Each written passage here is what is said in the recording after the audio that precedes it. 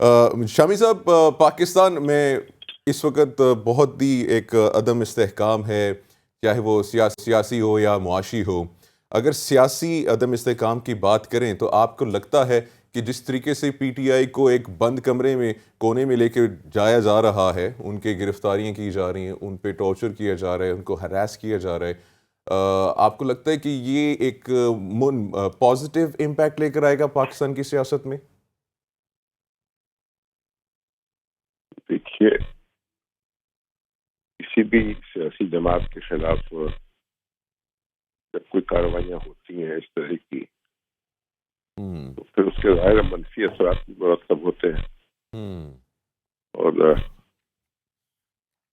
اگرچہ عدالتیں کام کر رہی ہیں اور پی ٹی آئی کی شکایات ہیں ان کو ایڈریس بھی کیا جا رہا ہے، لوگوں کو ضمانتیں بھی مل رہی ہیں، ان کی سنوائی بھی ہو رہی ہے، اور لیکن کارروائیاں بھی جاری ہیں، اور بعض لوگ رضاکارانہ طور پر پی ٹی آئی کو چھوڑ رہے ہیں، بعض کے بارے میں کہا جاتا ہے کہ دباؤ کا شکار ہو گئے ہیں۔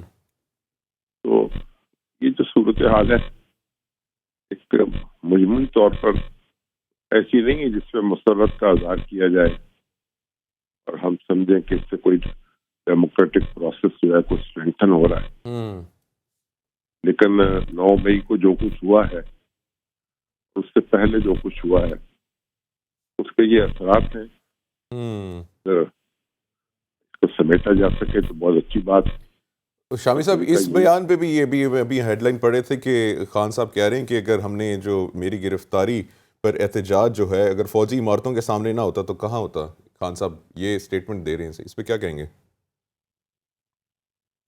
خان صاحب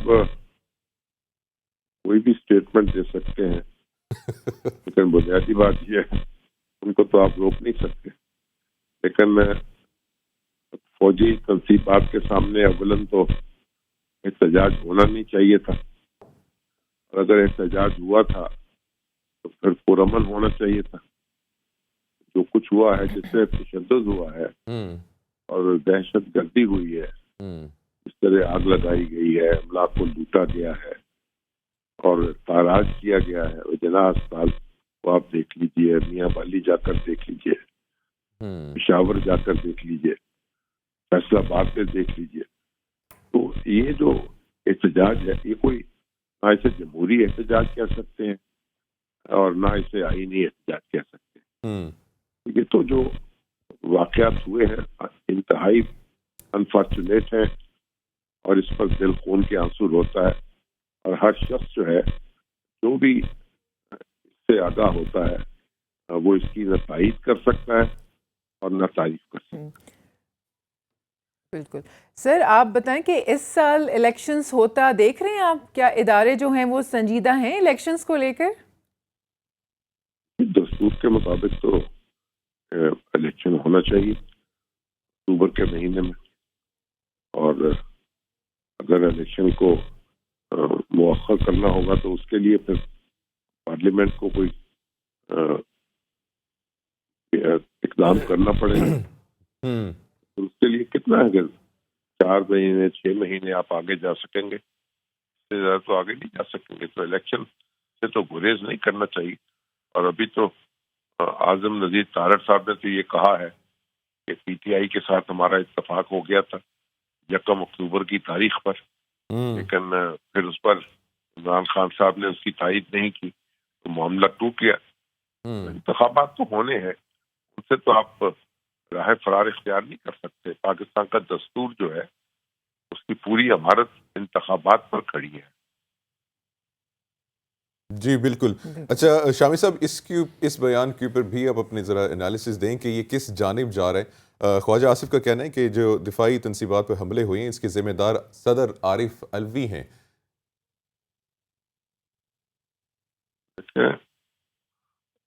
ہمارے سیاستدانوں نے غیر ذمہ دارانہ بیانات دینے میں کمال حاصل کیا ہے۔ تو ایک سے ایک بڑھ کر جو ہے وہ غیر ذمہ داری کا مظاہرہ ہوتا ہے۔ خواجہ صاحب ایک بڑے سینئر سیاستدان ہیں، ان صدر مملکت جو ہے ان کا کوئی احترام کرنا چاہیے. اگر ان سے اختلاف بھی ہے اب بھی اس کے اظہار میں بڑے احتیاط سے کام لینے کی ضرورت ہے. میں نہیں سمجھ سکتا کہ عارف علوی صاحب جو ہیں وہ کس طریقے سے ذمہ دار ہو گئے اس صورتحال کے. مجھے تو میں اس سے آگاہ نہیں ہوں. کوئی تفصیلات انہوں نے بیان کی ہوتی تو اس کا جائزہ لے لیتے. جی جی بالکل بالکل سر، معیشت کے بارے میں کیا کہنا چاہیں گے، کیا تبصرہ کریں گے؟ بجٹ آنے والا ہے تو عوام کے لیے پریشانیاں لائے گا یا ریلیف؟ اگر کوئی ریلیف دینے کی کوشش کی جائے گی تو پھر آئی ایم ایف اس کے سامنے کھڑا ہو جائے گا. ابھی تو خبریں آئی ہیں کہ آئی ایم ایف جو ہے اس کے ساتھ سے بجٹ پر تبادلہ خیال ہو رہا ہے، تو بجٹ سے اس کو آگاہ کیا جا رہا ہے. سوال تو یہ ہے کہ آئی ایم ایف کا پروگرام جو ہے وہ بحال ہو، وہ بجٹ سے پہلے ہو یا بجٹ کے بعد ہو. اگر آئی ایم ایف کا پروگرام بحال نہیں ہوگا تو ہماری مشکلات میں اضافہ ہو جائے گا اور ہماری پریشانیوں میں بھی اضافہ ہو جائے گا اور عوام کی مشکلات میں بھی اضافہ ہو جائے گا. اس لیے اس وقت تو کوئی ایسی واضح صورت نظر نہیں آ رہی. ڈار صاحب یقین دہانی تو کرا رہے ہیں کہ ہم ڈیفالٹ نہیں کریں گے، لیکن معاشی ماہرین جو ہے وہ مختلف بات کہہ رہے ہیں. اور اگر آئی ایم ایف کے ساتھ معاملہ طے نہیں پاتا تو پھر تو بڑی صورتحال بے یقینی گہری ہوتی چلی جائے گی. ابھی وزیر اعظم نے آئی ایم ایف کی سربراہ سے بات کی ہے اور توقع پیدا ہوئی ہے کہ صورتحال بہتری کی طرف جائے. لیکن انتظار کریں تھوڑا سا. اچھا شامی صاحب نئی پولیٹیکل پارٹی بھی بنا رہے ہیں. جہانگیر ترین صاحب اور زرداری صاحب نے بھی جو ہے لاہور میں آ کے جی ڈیرے ڈال دیے ہیں، اور زرداری صاحب بھی جو ناراض ہیں یا جو کہ بکھرے ہوئے جو کہ آج کل چھوڑ کے جا رہے ہیں پاکستان تحریک انصاف، ان کو جو ہے پاکستان پیپلز پارٹی میں شمولیت کا وہ چاہ رہے ہیں کہ وہاں پہ آ جائیں. یہ ایک ڈیولپمنٹ کو کیسے دیکھتے ہیں آپ؟ جہانگیر ترین صاحب کا تو اپنا اثر و رسوخ ہے. ان کے پی ٹی آئی کے وہ سیکرٹری جنرل رہے ہیں. پی ٹی آئی کی تعمیر میں وہ ان کا بڑا کردار ہے اور انہوں نے خان صاحب کے ساتھ برسوں کام کیا ہے. تو وہ دیکھتے ہیں کہ اگر وہ اپنی جماعت بناتے ہیں یا اپنا گروپ بناتے ہیں پھر کسی دوسری جماعت سے معاملہ کرتے ہیں. تو اسی طرح آصف علی زرداری صاحب چند افراد اس وقت پیپلز پارٹی میں شامل ہو جائیں، لیکن جو پی ٹی آئی کا ووٹ بینک ہے اس کے بارے میں تو عمران خان صاحب کا دعویٰ ہے کہ وہ انٹیکٹ ہے. پی ٹی آئی کی اسٹرینتھ جو ہے وہ اس کے یہ جو وہ نام نہیں کہ جو اس کو چھوڑ کر چلے گئے ہیں. پی ٹی آئی کی اسٹرینتھ تو خود عمران خان صاحب ہیں یا ان کے ووٹر ہیں. کیا ان کی وہ اسٹرینتھ جو ہے وہ کم ہو گئی ہے، اور کم ہوئی ہے تو کتنی کم ہوئی ہے؟ کیا خان صاحب جو ہیں ان کو ہم بالکل آؤٹ کر سکیں گے انتخابی سیاست سے؟ اصل معاملہ تو یہ ہے. باقی تو پیپلز پارٹی کو بھی حق حاصل ہے جو اپنی کوشش کرے اپنے آپ کو مضبوط کرنے کی. جہانگیر ترین صاحب کو بھی حق حاصل ہے جو ہاتھ پاؤں مار سکتے ہیں مار لیں.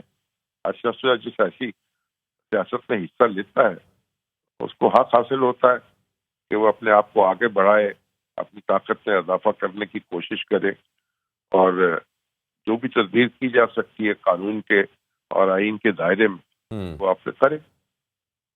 جی ٹھیک ہے. بالکل ایسے ہی ہے. سر یہ بتائیے کہ ہم آئے دن ویڈیوز دیکھتے ہیں سوشل میڈیا پہ بھی ٹی وی پہ بھی کہ جیل سے رہا ہوتے ہیں یا عدالت سے آگے بڑھتے ہیں تو دوسری پولیس یا پارٹی آ کے گرفتار کر لیتی ہے. ایک سیاسی انتقام ہے جو کہ ختم ہی نہیں ہو رہا. یہ کب ختم ہوگا سر؟ ایسا کب ہوگا؟ شہریار آفریدی کو بھی اڈیالہ جیل سے نکلتے ہی دوبارہ گرفتار کر لیا گیا. دیکھ لیجیے آپ کے سامنے ہی ہے جو بھی صورتحال ہے. اب یہ کہاں ختم ہوگا، کیسے ختم ہوگا، ہم تو اس کی دعائی کر سکتے ہیں کہ جلد ختم ہو جائے.